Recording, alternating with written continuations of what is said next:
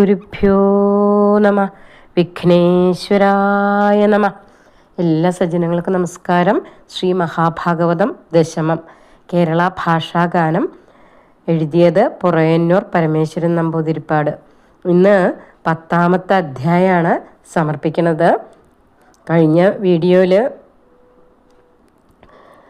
ദേവർഷി ശാപം കൊണ്ട് വൈശ്രവണാത്മജന്മാർ അർജുന വൃക്ഷങ്ങളായി തീർന്നതും കണ്ണൻ മോക്ഷം കൊടുക്കുന്നതുമായിട്ടുള്ള ഭാഗമാണ് നമ്മൾ സമർപ്പിച്ചത്. ഇത് കേട്ടപ്പോൾ പരീക്ഷിത്ത് മഹാരാജാവിന് സംശയം തോന്നുകയാണ്. എങ്ങനെയാണ് വൈശ്രവണ കുമാരന്മാർക്ക് ശാപം കിട്ടിയത്, അത് അറിയണം എന്ന് ചോദിച്ചപ്പോൾ ആ കാരണം പറഞ്ഞു കൊടുക്കുകയാണ്. അധ്യായം 10. എന്നതു കേട്ട നേരം ചൊല്ലിനാൻ പരീക്ഷിത്തു, ഒന്നൊഴിയാതെ ശാപ കാരണം ചൊല്ലിയിടണം എന്നു കേട്ടൊരു ശുഖമാമുനി അരുൾ ചെയ്തു. മന്നവ കേട്ടു കൊൾക ശാപകാരണം ഭവാൻ. 2 പുത്രന്മാരുണ്ടായി വന്നിതു ധനേശനു, കണ്ടാലെത്രയും നല്ല സുന്ദര രൂപന്മാരായി. ജ്യേഷ്ഠനു നാമം നള കുബരൻ എന്നാകുന്നു, ശ്രേഷ്ഠനാമണിഗ്രീവാൻ എന്നു പേരനൂജനും. ശങ്കര സേവകന്മാരാകയാൽ അവർക്കൊരു ശങ്കയില്ലാതെ വന്നു സജ്ജനങ്ങളെ പോലും. അന്നവാരൊരു ദിനം അപ്സര സ്ത്രീകളോടും സ്വർണദീജലം തന്നിൽ ക്രീഡ ചെയ്തിടുന്നേരം ബന്ധമെന്നിയേ തത്ര നാരദനെഴുന്നള്ളി. ബന്ധുരാഗാത്രീമാരും ലജ്ജയാ ഭയത്തോടും വസ്ത്രവും എടുത്തുടുത്തെത്രയും ഭക്തിയോടു മുത്തമനാകും മുനി ശ്രേഷ്ഠനെ വണങ്ങിനാർ. മദ്യപാനവും ചെയ്തു മത്തമാനസന്മാരായുദ്യോഗത്തോടും ധനനാഥ നന്ദനന്മാരും പാട്ടുകൾ പാടിക്കൊണ്ടു നഗ്നരായി തന്നെ നിന്നാർ. പെട്ടെന്നു ശപിച്ചിതു നാരദനതു നേരം, സജ്ജന നിന്ദ ചെയ്ത ദുർജനങ്ങളാം നിങ്ങൾ അർജുന ദ്രുമങ്ങളായി പോകുന്നു അരുൾ ചെയ്തു. താപവും പൂണ്ടന്നേരം വന്ദിച്ചു മുനി തന്നെ, ശാപമോക്ഷത്തെ തരികെന്നവരപേക്ഷിച്ചാർ. സന്തോഷിച്ചരുൾ ചെയ്താൻ അന്നേരം മുനീന്ദ്രനും, ചിന്തയുമുണ്ടാകേണ്ട നിങ്ങൾക്കു മനതാരിൽ. വർദ്ധിച്ചു വന്ന മതം കളഞ്ഞു നിങ്ങൾക്കിന്നു, ശുദ്ധിയെ വരുത്തുവാൻ ഇന്നു ഞാനിതു ചൊന്നേൻ. നന്ദഗോകുലം തന്നിൽ വന്നിടും നാരായണ, നന്നു നിങ്ങൾക്കു ശാപമോക്ഷവും ലഭിച്ചിടും എന്നരുൾ ചെയ്തു മുനി ശ്രേഷ്ഠനും എഴുന്നള്ളി. വന്നവർ വൃക്ഷങ്ങളായി പിറന്നാരതു കാലം. അങ്ങനെ നിൽക്കുന്നൊരു വൃക്ഷത്തിൻ നേരെ ചെന്നു തിങ്ങിനാമോദത്തോടും മായ മാനുഷൻ കൃഷ്ണൻ.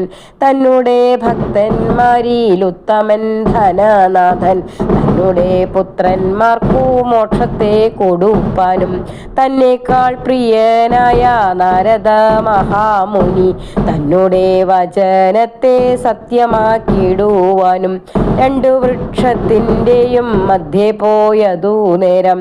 കൊണ്ടതില്ലുരാലൊന്നു വലിച്ചാനതു നേരം.